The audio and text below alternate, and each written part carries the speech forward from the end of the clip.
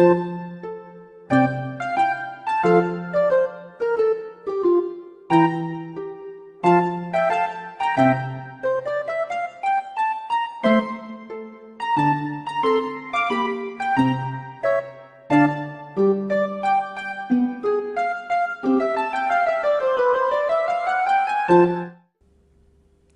day to you. Our subject today is sound. At its simplest, sound can be represented as a sine wave of oscillating pressure, but that's not all there is to sound. Making sine waves electronically and using them to drive speakers is quite easy. This means that we can easily synthesize sound rather than relying on musical instruments to do so.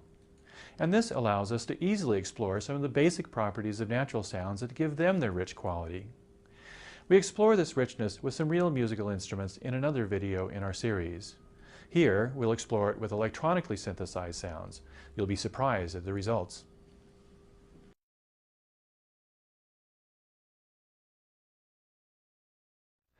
Let's start with a simple tone of a frequency of 440 Hz, or 440 cycles per second. This is known as a pure tone.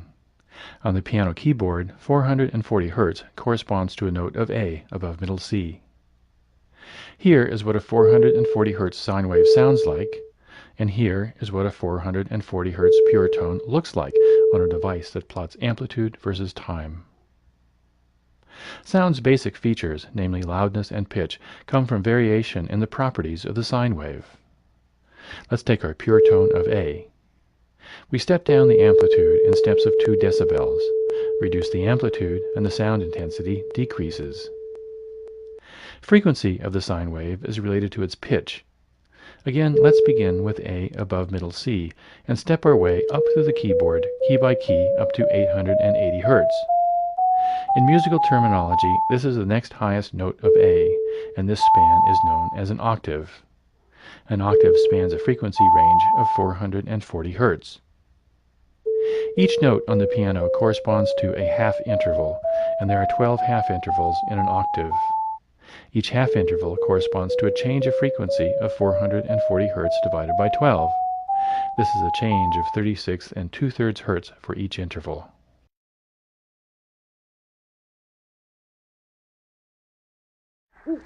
Natural sounds are more complex than pure tones, of course, but even the most complex sound can be broken down into a series of pure tones. This is made possible by the principle of superposition. Let's graph out 2 sine waves. One has a frequency of 440 Hz, A above middle C, and this is what it sounds like. The other has a slightly higher frequency, let's say 450 Hz, and here's what that sounds like. If we now add the 2 sine waves, we see a much more complex waveform characterized by a slow oscillation. This comes from the 2 waves being coincident at some points so that the values add, while at other points the 2 waves are out of phase and their sums can cancel to 0. And what would such a wave sound like? Let's find out. Here is the 440 Hz tone again, and here is the 450 Hz tone. Let's now mix them together.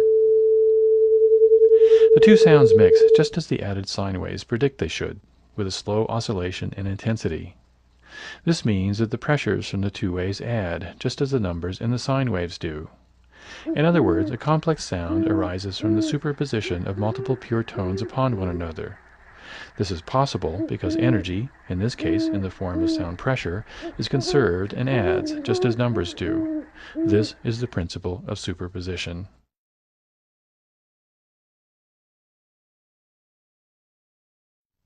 Even though natural sounds are complex, they do have a particular architecture.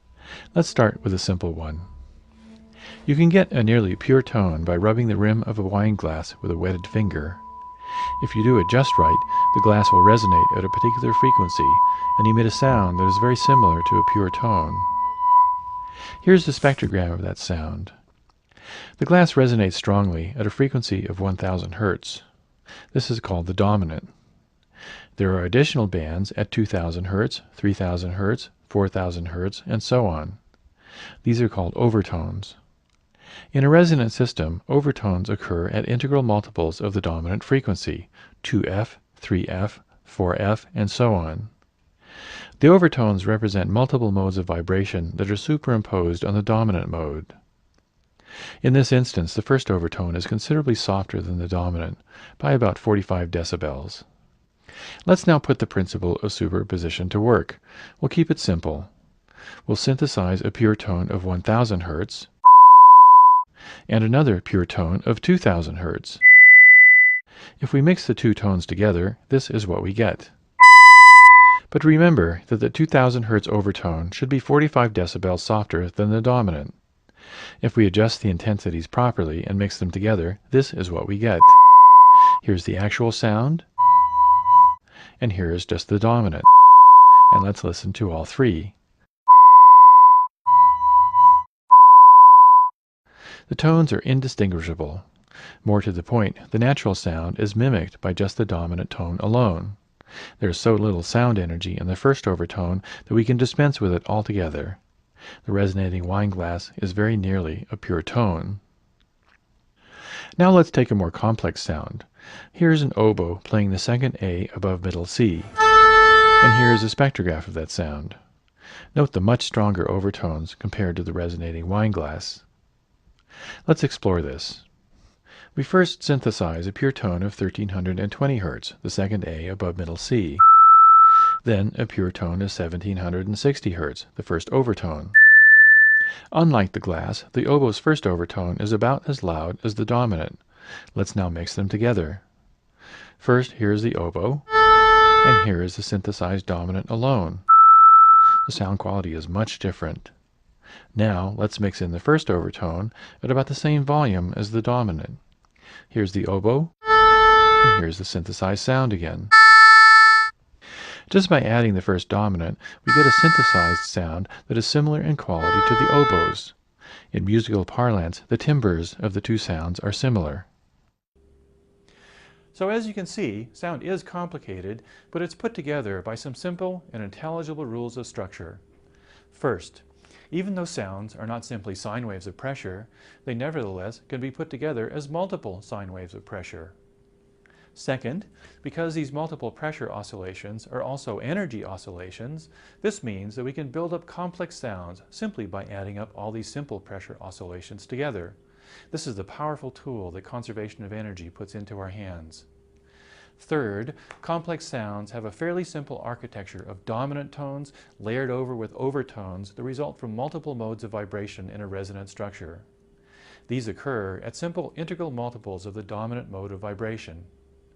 By modulating the relative intensity of these overtones, this provides an additional layer of structure that gives natural sounds their rich and varied quality. Okay, that's all for now. Until we meet again, this is Scott Turner wishing you a good day.